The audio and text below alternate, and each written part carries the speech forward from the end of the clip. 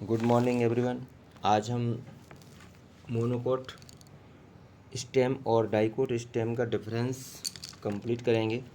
सबसे पहला डिफरेंस होता है जो मोनोकोट स्टेम जिसे हम बोलते हैं एकबीजपत्री तना, और डाइकोट स्टेम जिसे हम बोलते हैं द्विबीजपत्री तना। क्लियर? तो जो द्विबीजपत्री तना है और एकबीजपत्री तना है, सबसे पहले क्या पॉइंट होगा? सबसे पहला वाला पॉइंट है उसकी सरफेस देखेंगे। किसकी सरफेस देखेंगे? मतलब स्टेम की सरफेस देखेंगे। जैसे हमारा ये स्टेम है, ठीक है, तो इस जो मोनोकोट स्टेम होता है उसकी सरफेस कैसी होती है? चिकनी होती है। कैसी होती है? चिकनी होती है। जबकि जो डाइकोट स्टेम होगा उसकी सरफेस कैसी होती है? याद रखना, उसकी सरफेस कैसी होती है? हेयरी होगी। हेयरी, थोड़े छोटे छोटे छोटे क्या होते हैं? हेयर्स पाए जाते हैं, तो इसे हम बोल सकते हैं रोम युक्त होती है। क्लियर? दूसरा पॉइंट है इसकी कॉटेक्स। दूसरा पॉइंट क्या होगा? कॉटेक्स, जिसे हम बल्कुट कहते हैं। याद रखना, एकबीजपत्री तने में क्या होगा? कॉटेक्स एब्सेंट होगा, अनुपस्थित होता है। जबकि डाइकोट स्टेम में यह 3 भागों में विभाजित होगा, मतलब उपस्थित होगा। और कितने भागों में विभाजित होगा? 3 परतों में विभक्त होगा। क्लियर? फिर मैं बात करता हूँ एकबीजपत्री हाइपोडर्मिस। किसकी बात करेंगे हम? हाइपोडर्मिस की। तो हाइपोडर्मिस एकबीजपत्री तने की किसकी बनी होती है? स्क्लेरेन्काइमा की बनी होती है। किसकी बनी होगी? स्क्लेरेन्काइमा की कोशिकाओं की बनी होती है, ध्यान रखना। और जबकि द्विबीजपत्री तने की जो हाइपोडर्मिस होती है वो किसकी बनी होती है? कोलेनकाइमा कोशिकाओं की बनी होती है। क्लियर? तो क्या बोलते हैं, अगला पॉइंट देखेंगे वेस्कुलर बंडल। ठीक है, इसे बोलते हैं संवहन पूल। क्या बोलेंगे हम इसको? संवहन पूल। संवहन पूल में याद रखना, भरण ऊतक में बिखरे पड़े होती हैं। मतलब जो वेस्कुलर बंडल होते हैं कैसे होते हैं? बिखरे होंगे, स्कैटर टाइप के होंगे और बंद होंगे। कैसे होंगे? बंद। और स्टार्च शीट से घिरे होंगे। जैसे मतलब इनके वेस्कुलर बंडल हैं, इनके ऊपर क्या पाई जाएगी? स्टार्ची शीट पाई जाती है। फिर मैं बात करता हूँ द्विबीजपत्री तने की। तो द्विबीजपत्री तने के जो वेस्कुलर बंडल होते हैं वो छल्ले के रूप में पाए जाते हैं। किसके रूप में पाए जाते हैं? छल्ले के रूप में होते हैं और खुले होते हैं। खुले होने का और बंद होने का मतलब क्या होता है? याद रखना, जैसे हमारा क्या है? ये वेस्कुलर बंडल है। इस वेस्कुलर बंडल में क्या है? नीचे की तरफ क्या होगा? जाइलम, ऊपर की तरफ क्या होगा? फ्लोएम। ठीक है, ये क्या है हमारा? फ्लोएम। ये क्या है हमारा? जाइलम। ठीक है। अब क्या है, इसके बीच में यदि ये कैम्बियम पट्टी होती है, क्या है? कैम्बियम की पट्टी। ये क्या है? C4 कैम्बियम की पट्टी। यदि कैम्बियम की पट्टी बीच में है तो कैसा होगा? वो ओपन टाइप का वेस्कुलर बंडल होगा। और यदि कैम्बियम की पट्टी नहीं है तो वेस्कुलर बंडल कैसा होगा? बंद प्रकार का होगा, मतलब क्लोज टाइप का होगा। क्लियर? और ये हेल्प किस में करती है कैम्बियम की पट्टी? मतलब जो डाइकोट स्टेम है उसको सेकेंडरी ग्रोथ कराने में हेल्प करती है। क्लियर? नेक्स्ट पॉइंट कौन सा है? भरण ऊतक, मतलब जिसे बोलते हैं स्टोरेज टिश्यू। मोनोकोट स्टेम में क्या होगा? प्रेजेंट होता है, उपस्थित होता है। जबकि डाइकोट स्टेम में क्या होगा? ये अनुपस्थित होगा। हम उसका नेक्स्ट पॉइंट देखते हैं, जाइलम। क्या होगा? जाइलम। जाइलम की जो कोशिका होती हैं एकबीजपत्री तने की, कैसी होती हैं? V आकार की या बाय शेप होती हैं। जबकि डाइकोट स्टेम की जो जाइलम वाहिकाएं होती हैं वो कैसी होती हैं? अर्धव्यास पहियों की तरह होती हैं। ठीक है, नेक्स्ट देखते हैं अब हम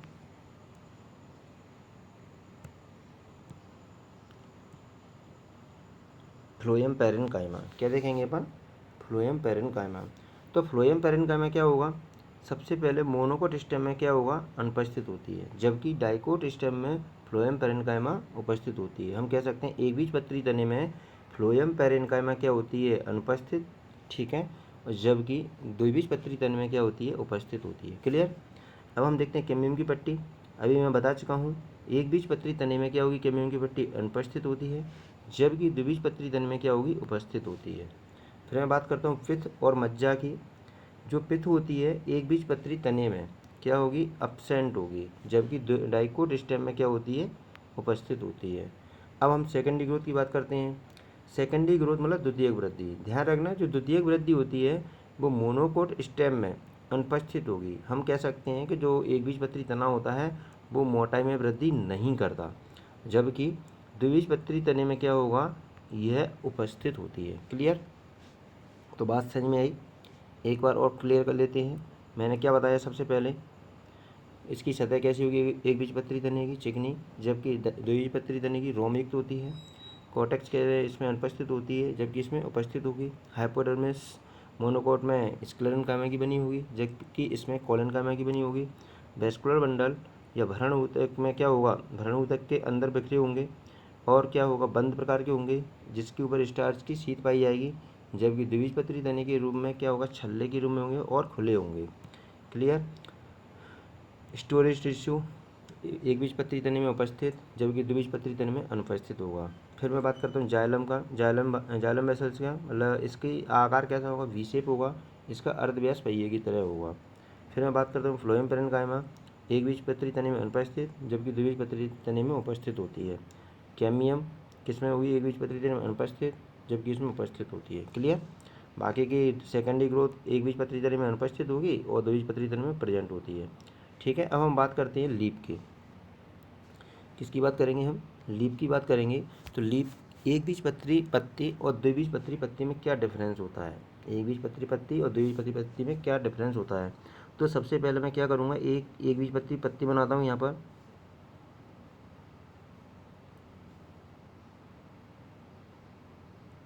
ठीक है। मतलब इस टाइम में क्या होगी, एक बीजपत्री पत्ती होगी, जैसे गेहूं की पत्ती एक बीजपत्री होती है। फिर मैं बात करता हूँ द्विबीज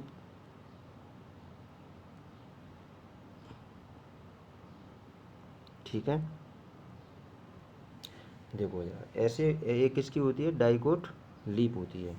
तो सबसे पहले मैं बात करता हूँ एक बीजपत्री में स्रावन्यास की, मतलब बीनेशन की। तो याद रखना, एक बीजपत्री पत्ती में क्या होगा, पैरेलल बीनेशन पाया जाता है, मतलब समानांतर स्रावन्यास पाया जाता है। जबकि द्विबीजपत्री पत्ती में जालिकाबद्ध स्रावन्यास पाया जाता है, जिसे हम बोलते हैं रेटिकुलर बीनेशन। क्लियर। फिर मैं बात करता हूँ एक बीजपत्री पौधे की पत्ती में स्टोमेटा की संख्या ऊपरी और निचली सरफेस पर दोनों पर समान होती है। ध्यान रखना, upper surface and lower surface पर स्टोमेटा क्या होते हैं, समान होते हैं। जबकि डाइकोट लीफ की निचली सरफेस पर स्टोमेटा अधिक होंगे। क्लियर। जबकि अपर सरफेस पर कम होते हैं। कारण क्या होता है, अपर सरफेस पर क्या होगा, क्यूटिकल की लेयर पाई जाती है इसलिए। अब हम देखते हैं नेक्स्ट पॉइंट, मीजोफिल। क्या होगा, मीजोफिल। तो मीजोफिल की बात करते हैं तो क्या होगा, मीजोफिल ऊतक केवल स्पॉन्जी पेरेन्काइमा का बना होगा। जो मोनोकोट लीफ होती है उस लीफ में स्पॉन्जी पेरेन्काइमा कोशिकाएं होती हैं, इससे ही बना होगा। जबकि डाइकोट लीफ में पैलीसेड और स्पॉन्जी पेरेन्काइमा दोनों का बना होता है। क्लियर। फिर मैं बात करता हूँ कि जो अंतराकोशिकीय अवकाश होता है एक बीजपत्री पत्ती में कैसे होते हैं, छोटे छोटे होते हैं। जबकि द्विबीजपत्री पत्ती में कैसे होते हैं, बड़े होते हैं, लेकिन पैलीसेड इनमें एब्सेंट होती है, पैलीसेड पेरेन्काइमा इसमें नहीं पाई जाएगी। क्लियर। तो सबसे पहले हमने क्या देखा, एक बीजपत्री पत्ती और द्विबीजपत्री पत्ती में डिफरेंस। पहला डिफरेंस क्या बोला मैंने, स्रावन्यास। तो स्रावन्यास पहले क्या होगा, एक बीजपत्री में समानांतर होगा, जबकि द्विबीजपत्री में कैसा होगा, जालकाबद्ध, जिसे हम रेटिकुलर बीनेशन बोलते हैं। स्टोमेटा एक बीजपत्री पत्ती में दोनों सरफेस पर समान होते हैं, जबकि द्विबीजपत्री पत्ती में क्या होगा, निचली सरफेस पर अधिक होते हैं। फिर मैं बात करता हूँ मीजोफिल टिश्यू की। तो मीजोफिल जो ऊतक होता है केवल स्पंजी पेरेन्काइमा से बना होगा, जबकि द्विबीजपत्री पत्ती में क्या होगा, पैलीसेड और स्पंजी पेरेन्काइमा दोनों से मिलकर बना होता है। अब बात करता हूँ अंतराकोशिकीय अवकाश। एक बीजपत्री पत्ती में क्या होगा, छोटे छोटे होते हैं, जबकि डाइकोट लीफ में क्या होगा, बड़े होते हैं, लेकिन पैलीसेड इसमें एब्सेंट होगी। क्लियर। और नेक्स्ट पॉइंट देखेंगे। देखो, अब बात करते हैं जड़ और तना में क्या अंतर होता है। किसकी बात करेंगे, जड़ और तने में क्या डिफरेंस होता है। तो सबसे पहली बात करते हैं यहाँ पर, जैसे मैंने देखा ये हमारा एक पौधा है, ठीक है, ये क्या है हमारा पौधा। इस पौधे की क्या होगी, नीचे की तरफ जड़ होगी, ठीक है। ऊपर क्या है, तना है, ठीक है। क्या होगा, तो सबसे पहले हम बात करते हैं क्यूटिकल की या स्टोमेटा की। ध्यान रखना, जो क्यूटिकल, एक क्या हमारी रूट है, एक क्या हमारा स्टेम। क्लियर। तो हम पहले सबसे बात करते हैं जड़ की। तो जड़ में क्यूटिकल और स्टोमेटा दोनों ही अनुपस्थित होते हैं, क्या होते हैं, एब्सेंट होते हैं। जबकि तने में क्या होते हैं, क्यूटिकल लेयर और स्टोमेटा दोनों ही उपस्थित होते हैं। फिर मैं बात करता हूँ कोटेक्स की। तो जड़ की कोटेक्स क्या होती है, थोड़ी बड़ी होती है, जबकि तने की कोटेक्स क्या होगी, छोटी या अनुपस्थित होती है। फिर मैं बात करता हूँ वेस्कुलर जड़ों में कौन सी कंडीशन होगी, हमेशा वेस्कुलर में एग्जार्च कंडीशन होती है, जबकि तने में कौन सी कंडीशन मिलती है, हमेशा एंडार्च कंडीशन होती है। ठीक है, वेस्कुलर की स्थिति जो जड़ होती है उसमें रेडियल वेस्कुलर पाए जाते हैं, ध्यान रखना। और तने में कौन से होते हैं, कंजॉइंट कोलेट्रल वेस्कुलर पाए जाते हैं, मतलब संयुक्त कोलेट्रल। याद रखना, जड़ में पिथ होती है छोटी या कम विकसित होती है, मध्यम होती है, जबकि तने के अंदर यह मतलब या तो अनुपस्थित होगी या बहुत बड़ी होगी। क्लियर, दो भागों में होगी, या तो अनुपस्थित होगी या फिर बहुत बड़ी होगी। क्लियर। तो सबसे पहले मैंने क्या बताया, जड़ और तना में अंतर बताया। अंतर में सबसे पहले क्यूटिकल या स्टोमेटा देखते हैं।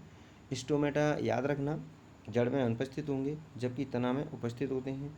कॉर्टेक्स की बात करते हैं, जड़ों में बड़ी पाई जाती है, जबकि तने में कैसी होती है, स्मॉल एंड अपसेंट होगी। वेस्कुलर बंडल की बात करते हैं तो एग्जार्च कंडीशन होती है, ठीक है। और तने की बात करते हैं तो कैसी कंडीशन होगी, एंडार्च कंडीशन होगी। वेस्कुलर बंडल की स्थिति देखते हैं, जड़ में कैसी होगी, अरीह प्रकार की, मतलब रेडियल वेस्कुलर बंडल। और स्टेम में बात करते हैं तो कैसी होती है, संयुक्त कोलेट्रल या कंजॉइंट कोलेट्रल वेस्कुलर बंडल पाए जाते हैं। क्लियर। अब हम नेक्स्ट पार्ट में क्या है, फल और उनके टाइप्स डिस्कस करेंगे। तो गुड बाय।